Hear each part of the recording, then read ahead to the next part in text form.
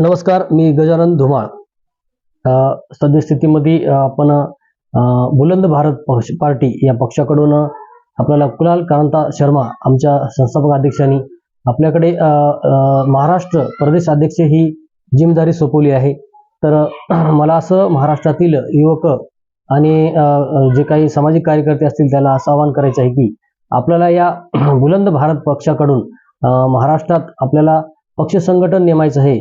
त्यामध्ये जिल्हा अध्यक्ष, विभागीय अध्यक्ष अशा विविध पदांना आपल्याला इथं कार्यकर्त्याचं संघटन वाढून येणाऱ्या काळातील जे विधानसभा आपल्या महाराष्ट्रात होणार आहे त्या विधानसभेच्या तयारीसाठी जे काही 288 जागा आपल्याला या आपल्या महाराष्ट्रातील उभ्या करायच्या आहेत आणि त्या लढा द्यायच्या आहेत, जेणेकरून आपल्याला या महाराष्ट्रातील वंचितांना, शोषितांना आणि गरजवंतांना खऱ्या अर्थानं न्याय मिळेल हे आपल्याला याच्यातून सांगायचं आहे. आपल्याला गेल्या 1 ते 2 दिवसापूर्वी प्रदेश अध्यक्ष पद भेटलेलं आहे. बरोबर. आता येणाऱ्या विधानसभेला खूप कमी कालावधी राहिलेला आहे. त्या कमी कालावधीमध्ये जिल्हा कार्यकारिणी असेल, विभाग कार्यकारिणी असेल किंवा मग लोकसभा आणि विधानसभेच्या उमेदवाराची कशा पद्धतीने तुम्ही निवड करसाल आणि काय नियोजन करसाल? तर आम्ही गेल्या अनेक वर्षापासून विविध संघटनांच्या माध्यमातून सामाजिक कार्यामध्ये आमचा मोलाचा वाटा आहे. आमचं यापूर्वीचं असं संघटन पण जोडलेलं आहे. अनेक महाराष्ट्रातील आमचे मित्र असतील, युवक असतील, असे आमचे परिचित बरेच सामाजिक कार्यकर्ते आमचे जोडलेले आहेत. त्यांना असं वाटतं की आपण कुठल्या तरी एका पक्षाच्या संघटनेत येऊन आपण कामे केले पाहिजे. तर त्यांचाही आमच्याशी संपर्क असल्यामुळे आमचं काही बऱ्याच जणांना बोलणं झालेलं आहे की आपण हे पक्ष आणत आहे, येत आहे आणि ते आपल्याला संघटित होऊन आपल्याला पुढे. तर बरेच जण आपल्याला त्यासाठी इच्छुक आहेत, जे की जिल्हा अध्यक्ष निवडीसाठी किंवा प्रदेश अध्यक्षामध्ये जे काही अंतर्गत बॉडी आहे त्यासाठी, विभागीय अध्यक्षासाठी. आणि आता बघत आहे की आपण जी विधानसभा निवडणूक आहे, आता तर आपण सध्या जे काही सोशल मीडिया आहे याच्या माध्यमातून अनेक जे काही प्रांत आहे आपला हा महाराष्ट्र, हे विविध लवकर जोडण्यासाठी आपल्याला यूट्यूब असेल, फेसबुक असेल, असे अनेक माध्यम आहेत. त्या माध्यमातून आपण लवकरच जे काही इच्छुक असतील त्यांच्यापर्यंत पोहोचण्यासाठी आपल्याला खूप सोपं आहे आणि आपण पोहोचलो आहेत. तर हे माध्यम आपलं जे युट्यूब चॅनल आहे त्याचा उपयोग असेल, असे विविध माध्यम असतील, ज्या ज्या काही इच्छुक असतील आपले सामाजिक कार्यामध्ये ज्यांचं खूप मोलाचा वाटा आहे, तर आपल्या या बुलंद भारत पक्षाकडून त्यांनी अपक्ष न लढवता आपल्या पक्षाच्या निशाणीवर जर लढलं तर राष्ट्रीय पक्ष असल्यामुळे त्यांना वरचं चिन्ह पण येईल. दुसरी गोष्ट आपल्याला सिंबॉल पण एक गॅस सिलेंडर येईल, असंही पक्षाच्या संस्थापक अध्यक्षाचं आम्हाला सांगणं आहे की आपल्याला चिन्हही मिळेल म्हणून.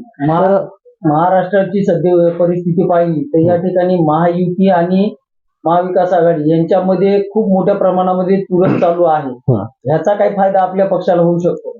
यांच्या पक्षामध्ये खूप चुरस चालली आहे हे खरं आहे, परंतु हे एकमेकाचा आता सद्यस्थितीमध्ये महाराष्ट्रातले ज्वलंत प्रश्न आहे यावर कुणाचंही लक्ष नाही. आपण बघत आहोत गेल्या 10 वर्षापासून आपल्या महाराष्ट्रातला शेतकरी बांधव अतिशय कर्जबाजारी होऊन व्याकुळ झालेला आहे. आता हे यावर्षी खूप एवढी अतिवृष्टी झाली, कुठल्याही पद्धतीचे अनुदान यांना वेळेला भेटत नाही, शेतकऱ्यांना कुठल्या शासकीय योजनाचे अनुदान पण भेटत नाही. हे ज्वलंत प्रश्नाकडे कुण्याही आपल्याला सरकारनं आतापर्यंत बघत आहोत याच्याकडे लक्ष दिलं आहे. शेतकरी आज परेशान आहे, हे पण प्रश्न आहे. जे काही मराठा आरक्षणाचा प्रश्न आहे, इतर आरक्षणाचा प्रश्न आहे, यासाठी सरकार गांभीर्य नाही. एकमेकावर टीका करणे, टिप्पणी करणे, आपण कसं शहाणं आहोत हेच दाखवून देण्याचं काम करायलेत. यांचा कुठलाही मनसुबा या बारीला सक्सेस होणार नाही. या बारीला जनता ही तिसऱ्या आघाडीला आणि आपल्या बुलंद भारत पक्षाला साथ देणार आहे, मला असं नक्कीच वाटते. महाराष्ट्रामध्ये कोणत्या पक्षासोबत युती करण्याच्या विचार चालू आहे? सध्या तर आमचा असा विचार कुठलाही नाही, आम्ही आता सुरुवात केलेली आहे. परंतु जर समजा तिसरी आघाडी जर होत आहे आपल्या इकडे, ते जर म्हणले आम्हाला युती द्या, तर नक्कीच आम्ही तसाही विचार करू आमच्या संस्थापक अध्यक्षांचा विचार घेऊन, किंवा मग आणखी काही असेल असं काही जे काही सलोखा करून युती करून निर्णय घेणे योग्य असं मला वाटते, त्यावेळेस तसाही मी नक्कीच निर्णय घेईल. भविष्यामध्ये आपला पक्ष कोणी आणि कशा पद्धतीनं काम करेल? भविष्यामध्ये आमचा पक्ष हा सर्वप्रथम आपल्या भारत हा कृषीप्रधान देश आहे आणि शेतकरी हा जगाचा पोशिंदा आहे. परंतु आज शेतकरीच परेशान आहे. ह्या शेतकऱ्याच्या तळागाळात असलेल्या शेतकऱ्यांना वर कसं आणता येईल हे आमचं पहिलं धोरण असेल. एवढंच नाही तर आपल्या भारतात अनेक युवक आहेत बेरोजगार, त्या युवकांच्या हाताला काम कसं लागेल आणि त्यांचे आपल्या घर कुटुंब चांगलं जाईल. महिलांचा पण खूप मोठा प्रॉब्लेम आहे की आपल्याला महिलांना बाहेर जाऊन काम करता येते, पण महिलांच्याही हाताला काम लागलं पाहिजे यांच्यासाठीही आमचा वाटा असेल आणि त्याच्यासाठी खूप मोठं योगदान असेल. आम्ही असे काही येणाऱ्या काळामध्ये काही कंपन्याचं उत्पाद उभं करून त्यांना रोजगारांच्या हाताला आम्ही नक्कीच काम देण्यासाठी आम्ही प्रयत्न करणार आहोत. आणि जे काही आपलं जे शेतकऱ्यांसाठी जे काही आपल्याला हे द्यायचं असते फिक्स भाव हे भेटत नाही, कारण बाजार भाव हे बरोबर नाही. तिथं मार्केट बरोबर नसल्यामुळं स्वामी नाथन आयोग हे लागू करून शेतकऱ्यांना जे आपल्याला फिक्स भाव पाहिजे ते आम्ही भाव नक्कीच मिळवून देण्यासाठी आम्ही योगदान देणार आहे. मराठा आणि ओबीसी आरक्षणाच्या संदर्भामध्ये आपल्या पक्षाच्या वतीनं काय करू इच्छिण्याची आपली इच्छा आहे? आता सद्यस्थितीमध्ये मराठा बांधव जरांगे पाटलाच्या नेतृत्वामध्ये गेल्या काही वर्षापासून संघर्ष करत आहे की बाबा आम्हाला पण आरक्षण मिळालंच पाहिजे आणि हे दिलं पाहिजे. कारण आपण बघित आहोत की मराठा समाजात ही बरेच गोष्टीमध्ये मराठा समाज मागे आलेला आहे. मराठा आरक्षण नसल्यामुळे आरक्षण हे एक स्लो पाहिजे नाही असं वाटलं की पहिल्या जमिनी खूप होत्या, परंतु आतापर्यंत काय झालेले आपल्याला मोठेपणातच गेलेला मराठा समाज हळूहळू त्याचे इथं खचीकरण झालेलं आहे, आज खूप परेशान झालेलं आहे. हे स्लो पाहिजे म्हणजे आपल्याला आरक्षण नसल्यामुळं आपल्याला किती नुकसान झालेलं आहे हे याच्यातून निष्कर्ष झालेला आहे. दुसरी गोष्ट आपण ओबीसी आणि इतर जे काही आरक्षणामध्ये अनेक जाती आहेत, परंतु त्यामध्ये सर्वच जातीतले जे काही समाज बांधव आहेत त्यातले 90% वंचित आहेत आणि त्यातले 10%नीच आतापर्यंत आरक्षणाचा लाभ घेतलेला आहे. त्या 90% बाकीच्या ज्या काही जाती आहेत आरक्षणात तर त्यांना हे आरक्षण भेटलं पाहिजे.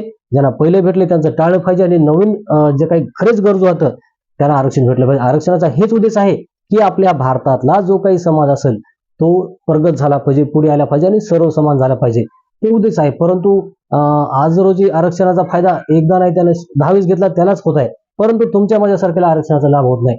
यामध्ये अबकडव असं जर वर्गवारी करून जर आरक्षण दिलं ज्याचं त्याला फिक्स भेटेल आणि शेवटच्या घटकाला आरक्षण कसं भेटेल आणि शेवटच्या घटकाला न्याय कसा भेटेल यासाठी पण आम्ही नक्कीच कार्य करणार आहे. पार्टीच्या संदर्भामध्ये महाराष्ट्रातील जनतेला आपण काय आवाहन करणार? पार्टीच्या संदर्भामध्ये महाराष्ट्रातील जनतेला हे आवाहन करेल की मी कसं आहे, आतापर्यंत आपण चित आणि पट दोन्ही हे पक्ष महायुती आणि महायुती असेल हे आतापर्यंत एकमेकाला हे टार्गेट करून, परंतु समाजाविषयी आपल्याला कुठल्याही यांच्यामध्ये सोडण्याची कुठलीही भावना नाही. यांचं पोळी भाजण्यासाठी हे अशा पद्धतीचं राजकारण करत आहेत, परंतु खऱ्या अर्थानं आपल्याला या जनतेचा न्याय मिळवून देण्यासाठी आणि शेवटच्या घटकाला त्याचा फायदा मिळवून देण्यासाठी आपण आवाहन करता ही पार्टी आपण बुलंद पार्टी भारत पार्टी आपण जोडलेली आहे आणि ती महाराष्ट्रात आणलेली आहे. या महाराष्ट्राला बुलंद करणे म्हणजेच मजबूत करण्याचा हा पार्टीच्या संस्थापकादेशाचा मनसुबा आम्ही इथं महाराष्ट्रात राबवून अख्ख्या पक्षश्रेष्ठींचा महाराष्ट्रात राबवून महाराष्ट्रच नव्हे तर अख्खा भारत देश हा बुलंद झाला पाहिजे, मजबूत झाला पाहिजे यासाठी आमचं रूपरेषा आहे. म्हणून आमच्या पार्टीसोबत जोडा, नक्कीच येणाऱ्या काळात आपल्याला भारताला बुलंद करता येईल.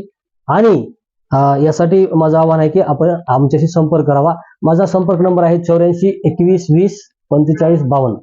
84 21 20 45 52 हा माझा संपर्क नाही. माझ्याशी संपर्क करा आणि आपल्याला येणारी जी विधानसभा आहे 288 जागा तर हे आपल्याला द्यायचे आहेत, तर त्यासाठी आपण संपर्क करू शकता आणि आपण ती जागा लढू शकता आणि आपल्याला या जनतेला न्याय मिळवून देता येईल. धन्यवाद.